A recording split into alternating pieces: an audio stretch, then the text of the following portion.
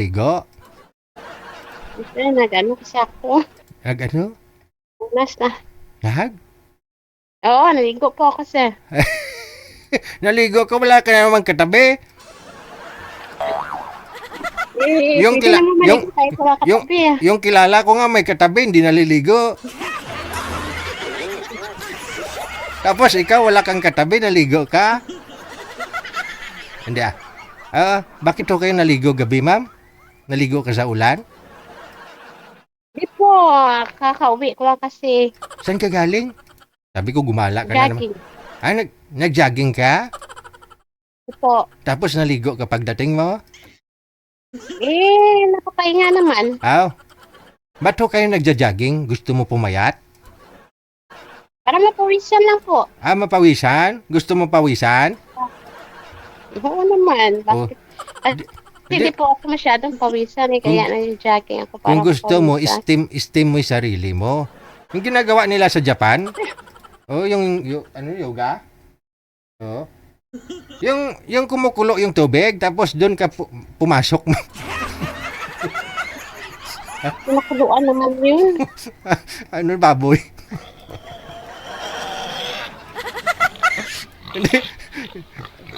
Di ba may steam, magpakulo ka ng tubig, tapos humarap ka doon sa umuusok. Tingnan natin kung hindi ka papawisan. O di kayo kung may heater, kayo may aircon, kayo dyan, i-set mo sa heat. Yung ano ba, tapos harap ka doon sa aircon. Tingnan natin, di lalabas yung pawis mo. Okay. Ba't ho kayo nagpa-line up dito sa programa natin? Nag-aanap po ako kasi ng baka sakali Hanap na ka na. baka mayroong Ano? makatuluyan, parang ganun po. Alam ko na ba't ka nagja-jogging. may asawa ka po ba dati? Opo, biyuda na po ako. Namatay yung asawa. Bakit?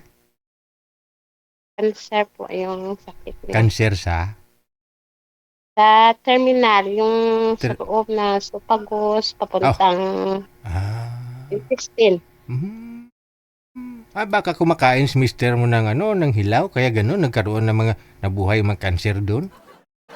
Hindi po. Parang nasa lahi ata. Nasa lahi nila, parang Yung sa mother side niya. Nagkakaroon po siya ng colon cancer, gano'n?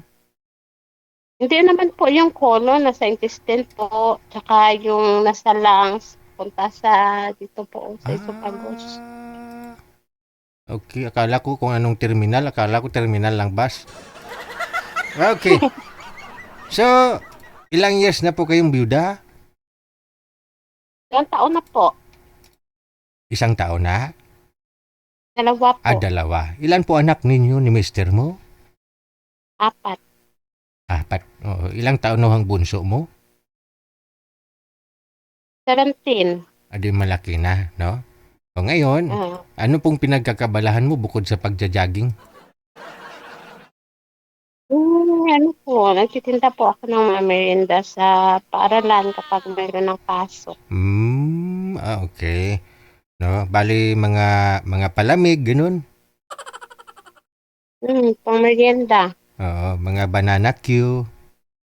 Oo, banana Q, yung maruya. Maruya. Bihon, lumpia. Kahit ano basta. Mapagkitaan, no? Oo. Okay. So, ngayon, legal ka na ho. Wala ka nang sabit talaga. Kumbaga, single na single. Ano pong hanap mo sa isang lalaki? Yung mabait, tsaka mapagkatiwalaan. Yung responsable. Responsable. Tapos, may trabaho. Oo naman. Kaya naman ako buhayin. Parang pwede naman. Depende sa pag-usap ninyo. Kung mabait lang naman siya eh. Okay. Ilang taon na ho kayo, madam? 47 na po. 47 years old. Okay. Sige. Tapos sa Antique ka po ngayon, no? Oo. Saan ho kayo dyan sa Antique? Ano po? Saan ka po dyan sa Antique? Nasa San Jose po. San Jose Antique. Okay. Sige. Hahanap po tayo ng siguro mas malapit sa iyo, no? Mga taga Western Visayas na rin. No? Para Babaldo. Sige, madam ha. Standby lang po kayo sa linya. No? Okay. Si Madam, ano pong pangalan? Si Madam Grace, no? Si Gracia. Mga sir, no? Gracia na to, ayaw nyo pa.